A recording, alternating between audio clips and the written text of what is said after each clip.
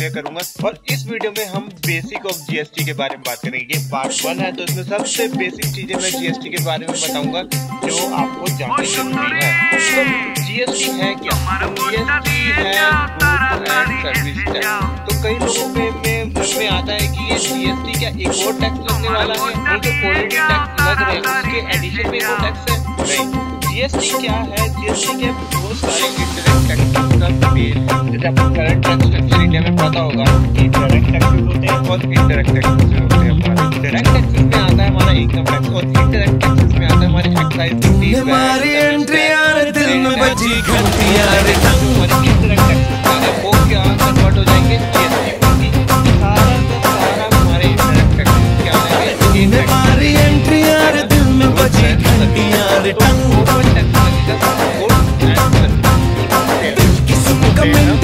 प्यार की गारंटियां रे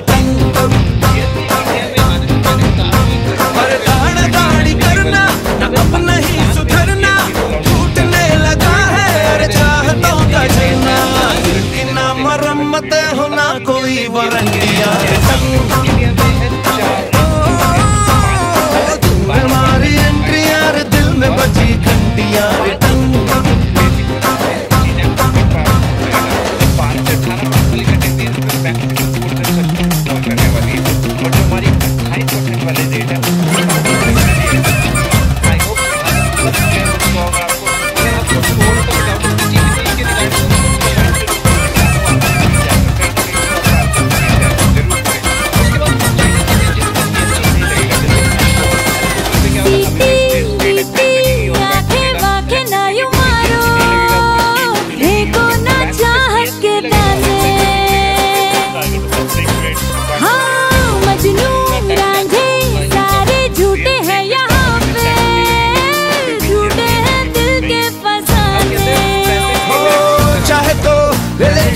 वफा की आज कसम बस में ना हूँ मैं ना है दिल जरा भी देख अपने बस में पीछे मेरे आशिकों की पूरी पूरी कंट्रियां मैंने मारी एंट्री यार दिल में बजी घंटियां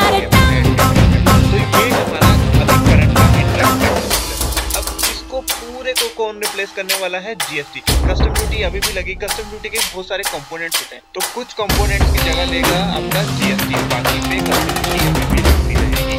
जीएसटी के हैं 3 कंपोनेंट। पहला कंपोनेंट है सीजीएसटी। सीजीएसटी क्या है? Central GST. नेम सजेस्ट करता है जैसे कि सीजीएसटी है जिसका किया जाएगा सेंट्रल गवर्नमेंट के पास। उसके बाद आता है एसजीएसटी। एसजीएसटी क्या? स्टेट जीएसटी जिसका किया जाएगा ये दोनों कब लगेंगे? जब आप एक ही स्टेट का हाँ, करके आना चाहे धीरे से नजदीक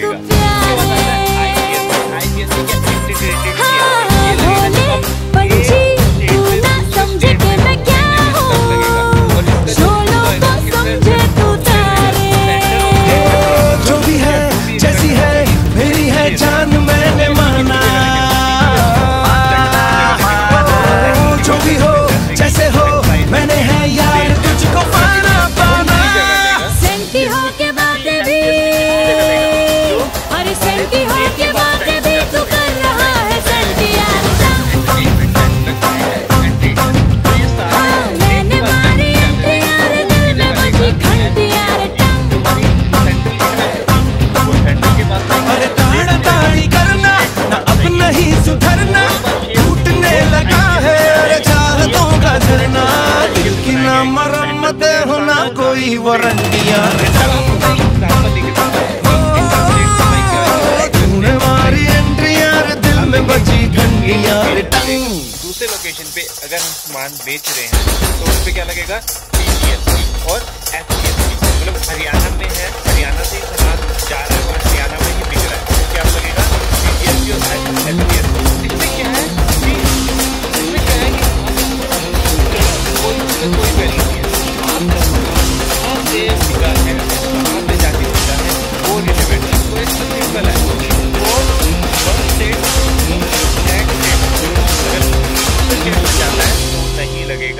CGST और SGST। इसी तरह अगर हम हरियाणा से पंजाब में सामान बेचते तो IGST लगता। IGST ऑब्वियसली हायर रेट होगा क्योंकि CGST और SGST का कॉम्बिनेशन होगा। आपको एक और बात बता दूं, जो ये दोनों में टैक्स का रेट है वो सिमिलर होगा कि अगर SGST और CGST को ऐड कर ले तो वो IGST के इक्वल ही होगा। तो इसमें क्या, इसमें भी वही है, delivery of goods is important, कि अगर स्टॉक भी ट्रांसफर कर रहे हैं ना एक ब्रांच से दूसरी ब्रांच में, तब भी आपको IGST देना पड़ेगा। और इंपोर्ट्स के केस में आपको बेसिक कस्टम तो देना ही पड़ेगा, प्लस IGST भी देना पड़ेगा। जैसे मैंने आपको पहले ही बताया था कि कस्टम ड्यूटी नहीं चेंज होगी, कस्टम ड्यूटी के आगे जो उनके पार्ट्स होते हैं ना, CVD वगैरह, उसकी जगह IGST आ जाएगा। इसी तरह सर्विसेज पे भी, सर्विसेज अगर एक स्टेट से उसी स्टेट में ट्रांसफर हो रही है तो CGST और SGST लगेगा, सॉरी, और अगर एक स्टेट से दूसरे स्टेट में जा रही है तो IGST लगेगा।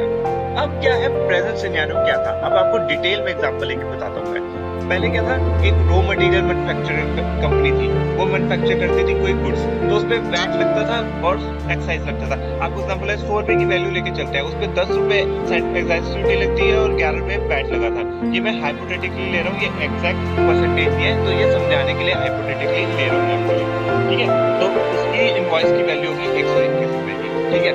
अब उसने बेचा वो सामान जो हमारा फाइनल रॉ मटेरियल बनाने वाला है, जो हमारा फाइनल फिनिश्ड गुड बनाने वाला है, सॉरी।